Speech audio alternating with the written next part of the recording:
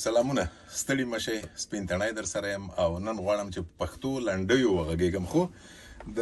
داسې چالو نظر چې پښتو لنډۍ بل ژبې ته ورپېژندلې دي او په دې کتاب کې یو برخه ما ولیدل لیکلي دي چې کاش کې دا لنډۍ ټولې دنیا ته ورپېژندل شوی او نړۍ ورسره آشنا شوی وای دقیقاً پښتو لنډۍ هغه څه دي چې په نورو ژبو کې نشته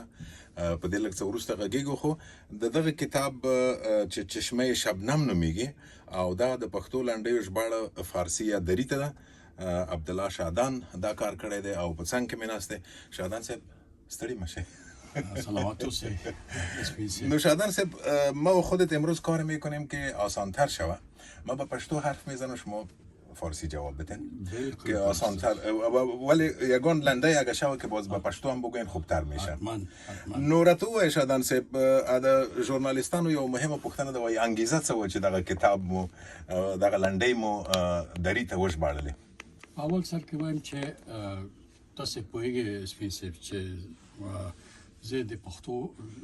ژبې سره ډېر مینه لرم او کله کله همکارانو سره د په شوبه کې پښتو غږیږم لیکن کله چې دا ویډیو راځي او دا فلم راځي او مصاحبې راځي زه ویریږم جرأت نه کوم ځکه چې د پښتو دا د ګرامر ما لپاره ډېر مشکل میگه از همین خاطر میخوام به خواهش کنم فارسی گپ بزنم. بله انگیزه ای بود که سالها قبل یعنی حدود 50 سال پیش که من بسیار جوان بودم و در رادیو کار میکردم با دو تا از شاعرای بزرگ او زمان شاعرای پشتو جناب سیلاب صافی و جناب نصرالله حافظ کردو همکار ما بودن خدا ببخششون با اونا کار میکردم علاقمند شدم به ترجمه لنډۍ های پشتو و در حدود 15 الی 20 لنډۍ ما به شعر ترجمه کردم و او را در زمزمه های شب هنگام البته تورپیکای جان خادم با پشتو میخواند باز من ترجمه خودم میخواستم میره دوام بتم به خاطر زیبایی ها و چی میگم قشنگی ها و عظمتی که در لنډۍ وجود داره. لنډۍ در واقع به نظر من کتاب همه بودهای زندگی پشتون هاست. از اون خاطر در بینش بسیار صمیمیت است برای که لنډۍ ها زندگی را آن نوعی که احساس میکنن لنډۍ سراها همون رقم میگن در پی آرایه های ادبی سور خیال و اینا کمتر هستن. خب جایی که به البته در اون صورت ما مثال های زیاد داریم که در اون صورت هم بهترین اشعار داریم که با آراسته است با آرایه های ادبی اما مهمترین چیز که آنچه را که حس کردن و گفتن و همین خاطر است که لنډۍ ها جاودان میمانند و گذشته از این لنډۍ ها به نظر من از لحاظ قالب بسیار مهم بودن. ببینید لنډۍ یکی از کوچکترین قالب های شعری در جهان است. یک زمان خب ژاپنی ها چی خود داشتن؟ هایکو های خود داشتن که او درازتر بود در گذشته از لنډۍ کردن و پس آنها او رو تغییر دادن حال کوتاه‌تر شد اما بعد از هایکوهای ژاپنی یگانه قالب کوچک شعری که ما گفتیم لنډۍ است و گفتن و اندیشه را در لنډۍ بازتاب دادن در این قالب کوچک بسیار سخت است و خوشبختانه در بسا از موارد لنډۍ سراها از عهده ای کار برآمدن. بنان زیبایی لنډۍ صمیمیتی که در لنډۍ وجود داره و همچنین فرهنگ غنی را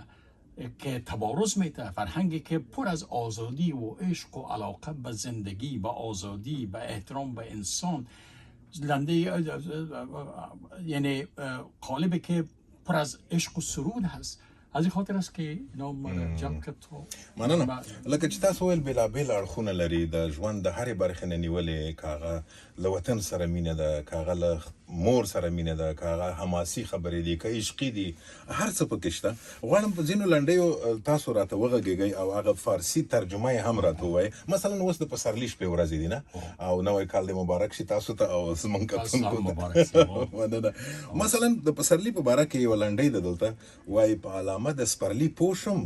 پیغلې ټومبلې دي په زلفو کې ګلونه از علامات بهار آگه شدم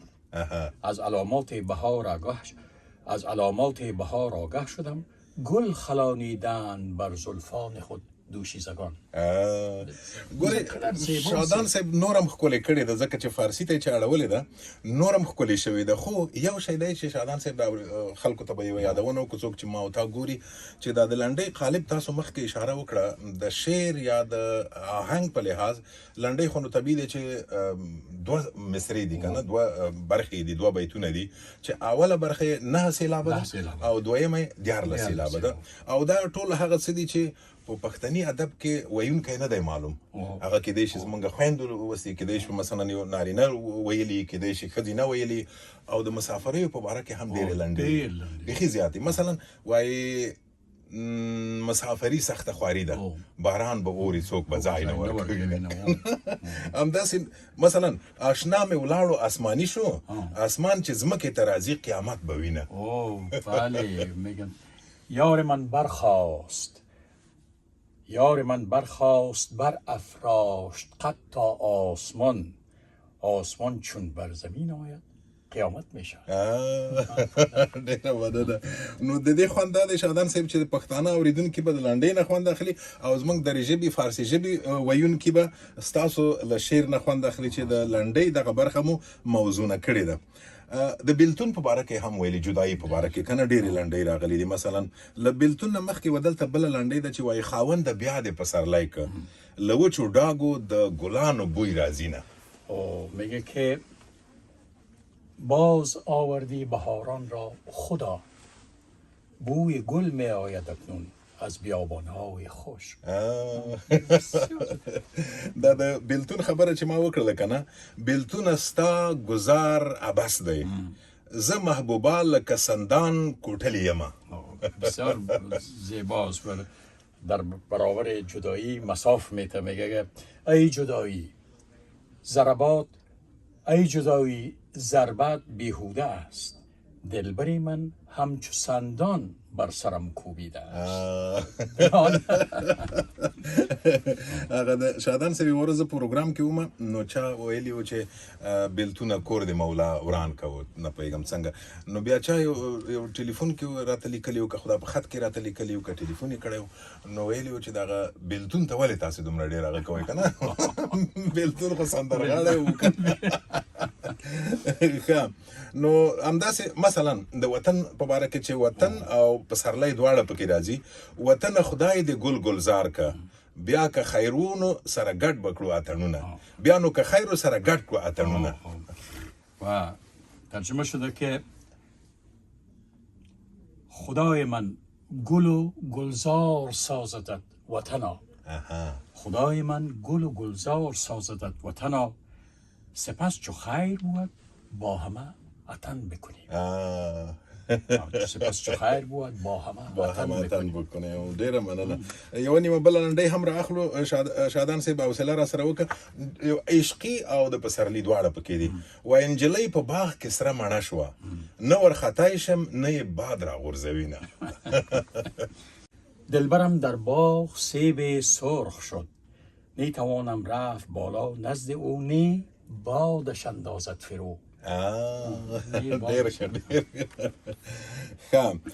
وایي یو په مشرق بل په مغرب وي چې نصیبونه سره یو شي یو ځای شي نه دا زمونږ او ستاسو د مسافرو په باره کې دی بیا هم یکی به مشرق و دیگر به مغرب ار باشد به هم رسند شود گر نصیب همراهشان نو ما په دې لاره کې چې راتلم شادان صاحب ما چې د لنډۍ ویلې رښتیا هم ما دوه خوند واخیستل. یو خوند خو په اصل کې د لنډیو نه و، دویم خوند ستاسو د ترجمې نه و چې موضوعونه او ډېره ښکلې شاعرانه ترجمه مو کړې ده، نو دې بیل خوند وکړه. او ستاسو په مقدمه کې په دا سریزه کې ما ته ځینې شیان په زړه پورې وو. مثلا تاسو ویلي دي چې دا د وطن د زموږ د پیغلو د هغه محرومیت کیسې دي چې دوی په ټولنه کې ورسره مخامخ دي، او همدغو پیغلو بیا همداسې سندرې لنډۍ ویلي دي. مثلا یوه خبره مو دلته کړې ده، وایي خبرې کړې شونډې دې رېږدي لکه سور گل چې د سهار شمال وهینه. بیشتر ما درباره ازی گفتم که لنده ها به زبان ساده گفته شدن و آرایه های ادبی ندارن، اما اگر مطرح باشه شما دمی شعر که خواندین، دمی لنده که خواندین، ببینین که یکی از زیباترین آرایه های ادبی یعنی تشبیه مرکب به کار رفته. تشبیه مجرد نیست، تشبیه مرکب. ببینین میگه که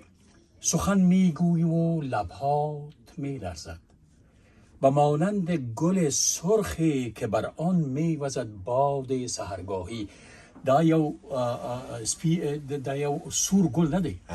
میگه که مثل گل سرخی که بر او باد سحرگاهی میوزد. این کلش یک تشبیه هست. ببینید این یکی از زیباترین مثال های عزیز که وقتی بخواین لنده سرا آرایه ادبی به کار ببره، صور خیال به کار ببره، اینو تو شعر زیبا میگه. و دیگه چقدر زیبایی نهفته است. سخن میگویی و لبهات میلرزد و مانند گل سرخی که بر آن میوزد باد سحرگاهی. یکی از زیباترین و عاشقانه ترین لنډۍ هایی است که او همدغه شادان صاحب چې په دې ښکله فارسي باندې دا شی په نور یې ښکلا ورکړې ده، وایي چې خبرې کړې شونډې دې رېږدي لکه سور ګل چې د سهار شمال وهینه. نو په همدې پای ته رسوو. خو یوه خبره شادان صاحب چې ما چې دا کتاب لوسته، دا یوه انتقادي خبره پکې زما فکر ته راغله. یو دوه خبرې دا وي چې یو خو دا چې د الف و با په ترتیب مو نه دي لیکلي لنډۍ، او بل دا چې موضوع مو نه ده ورکړې. مثلا وطن یوه برخه، مسافري بله برخه، پسرلی بله برخه. ولې دې ته ولې فکر نه دی شوی؟ والله زه لږ په عجله کې وم. دا ډېر په ځای انتقاد دی، زه منو. خو خدای مهربانه دی، انشاءالله چې بیا به وشي. انشاءالله وخت وي، انشاءالله حتما دا ډېر مهم خبره ده. دا ډېر مهم خبره ده. باید چې داسې تبویب سوي وي، یعنی فصل بندي سوي وي. نو شادان صاحب ما ته هم دا کتاب ډالۍ کړی دی او دلته یې په پښتو راته لیکلي دي. نو شادان صاحب کور ودان، مننه، ژوندی اوسې. تا ته د نورو بریاو هیله کوم، او په دې هیله چې په نږدې راتلونکي کې د دا کتاب نور هم زخیم او پند وګورو او خوند ترې واخلو. ډېره مننه شادان صاحب. کور ودان. سلامت اوسئ. مننه ملګرو، او تر بیا.